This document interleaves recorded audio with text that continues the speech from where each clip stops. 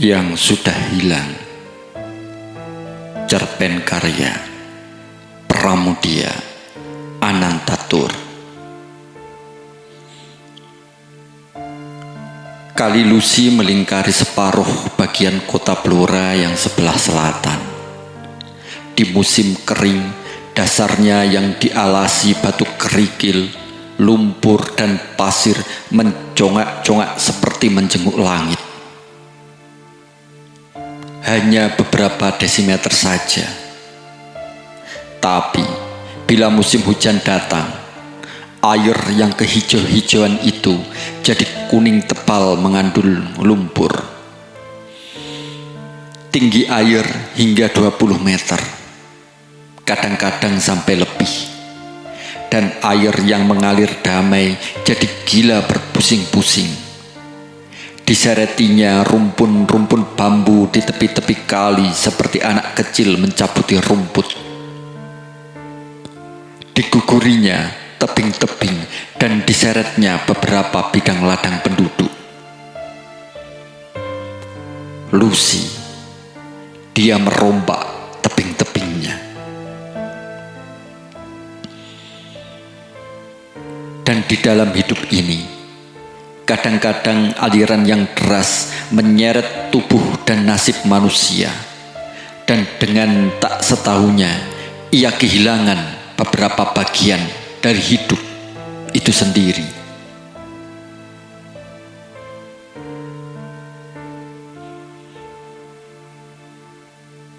Dari depan rumah kami nampak pucuk rumpun-rumpun bambu yang hijau hitam.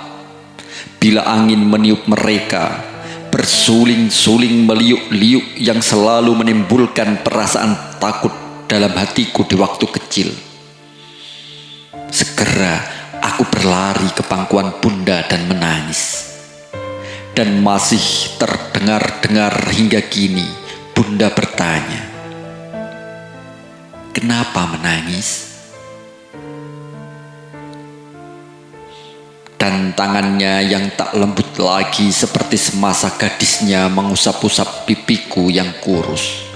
Dan suara kanak-kanakku yang masih cedal-cedal itu menjawab di antara sedu-sedan, "Ibu, bambu itu menangis."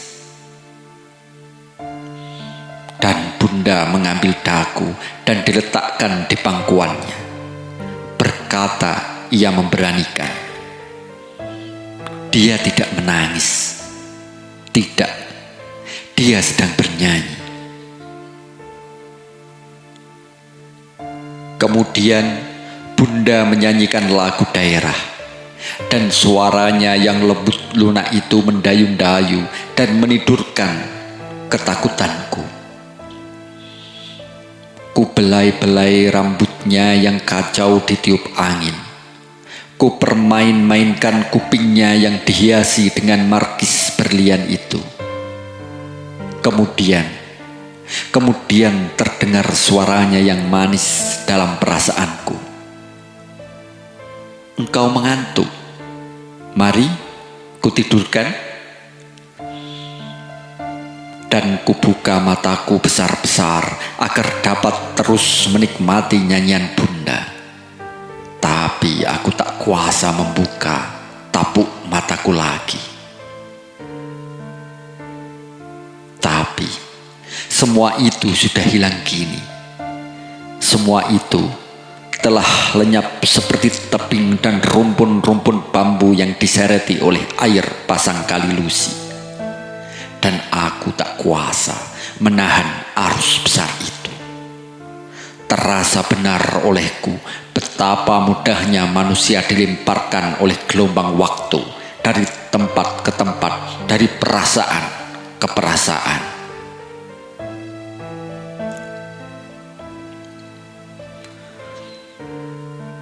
Suatu kali aku masih ingat waktu itu. Aku bermimpi menemu uang 1 sen. Dan waktu aku membukakan mata, tanganku tergenggam rapat agar uang yang kutemu tidak hilang. Segera aku bangun dan mendapatkan bunda berseru riang, Ibu, ibu, aku menemu uang sesen. Dan aku lihat juga Bunda tersenyum turut bergembira hati. Memperlihatkan kegembiraannya, ia bertanya, "Di mana engkau menemunya? Mana uangnya?" Ku acungkan genggaman tanganku padanya. Teriakku senang, Ini. Kemudian genggaman itu kuurai, tapi tangan itu kosong saja. Dan Bunda menyusulkan suaranya yang manis itu, "Mana?" Aku tertegun kaget dan kecewa karena uang yang kutemu dalam impian tak ada dalam genggaman. Aku menangis oleh kekecewaan dan terdengar olehku Bunda tertawa, kemudian membujuk-bujuk, "Engkau baru bangun tadi. Engkau bermimpi tadi. Jangan menangis." Tapi kekecewaan itu masih juga menggulung-gulung dalam dadaku, dan aku meneruskan tangisku. Bunda mengusap air mataku dengan ujung kebayanya. Diamlah," katanya lagi. Dikeluarkannya uang setengah sen dari lipatan ambennya dan diulurkannya kepadaku. Dan aku diam sambil mempermain-mainkan uang setengah sen dengan masih ada setengah dari kekecewaan itu di dalam dada. "Sudah sore sekarang," kata Bunda. "Sana mandi. Minta mandi nyikin." Dan aku pun berdiri dari pangkuan ibu. Tapi aku tak juga pergi untuk dimandikan. Aku lihat paras Bunda jadi keruh. Kemudian terdengar suaranya yang tak lunak lagi dan mengandung kepastian. "Pergi." Kepastiannya itu membuat aku bangun dan berjalan lambat-lambat mencari nyikin di dapur. Dari belakangku terdengar suara yang memperingatkan, "Cepat, sudah sore sekarang." Kepastiannya itu pula yang membuat aku tak berani menangis. Perlahan aku pergi mendapatkan nyikin di dapur minta mandi.